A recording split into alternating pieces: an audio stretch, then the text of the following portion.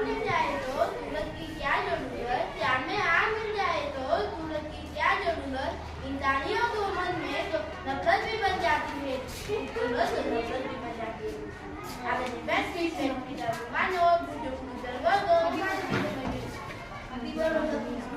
आता दिवस मंगळ्याचा आता दिवस माझी अंगाचा आणि मी माझी अंगाचा मला आणि दरवाजा तुमच्या मला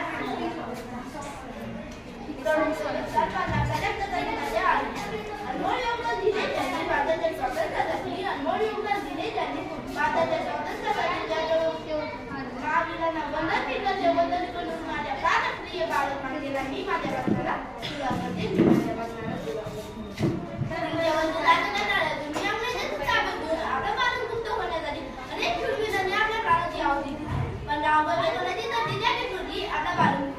परंतु एवढा मोठं ते राजवटीमध्ये आणण्यासाठी काय घालवे त्याचे एकमेव उत्तर म्हणजे संविधान होय एकमेव उत्तर म्हणजे संविधान.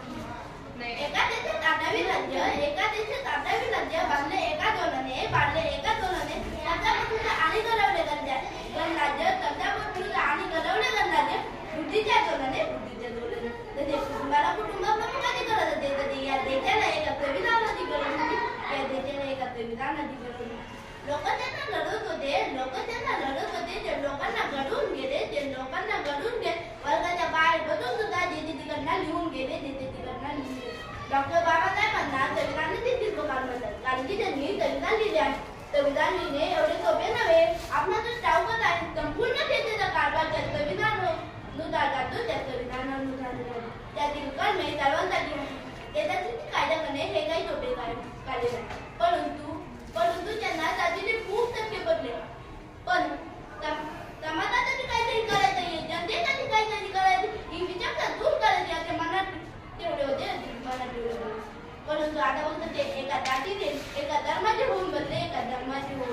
आता त्या दिवशी संविधान लागू झाले होते म्हणून 26 जानेवारी हा दिवस प्रजासत्ताक दिन म्हणून साजरा केला जातो. आपण नोट प्रतिज्ञा म्हणतो त्यासाठी पहिली वोट म्हणजे भारत माझा देश आहे झाले पाहिजे माझे बांधव. मग तुझ्या कानावर का बरं बांधतो आपण हा मोठा प्रश्न आहे. प्रामाणिकपणा तर लायलाच नाही. जागेवर पतून उभं आहे. देशभक्ती फक्त दैनिक होऊन किंवा शहीद होऊन तिथं होत नाही तर एखाद्या कार्य प्रामाणिकपणे मेहनतीने केले तर ती घडी देशभक्ती आपण काय करतो आपण गैरसज्ज करतो आणि गलत प्रकारचा रोडवर टाकतो. आपण काय विचारतो एक ना एक दिवस आता उद्याच्या काळात आपल्यालाही होणार आहे. संविधानाने आपल्याला खूप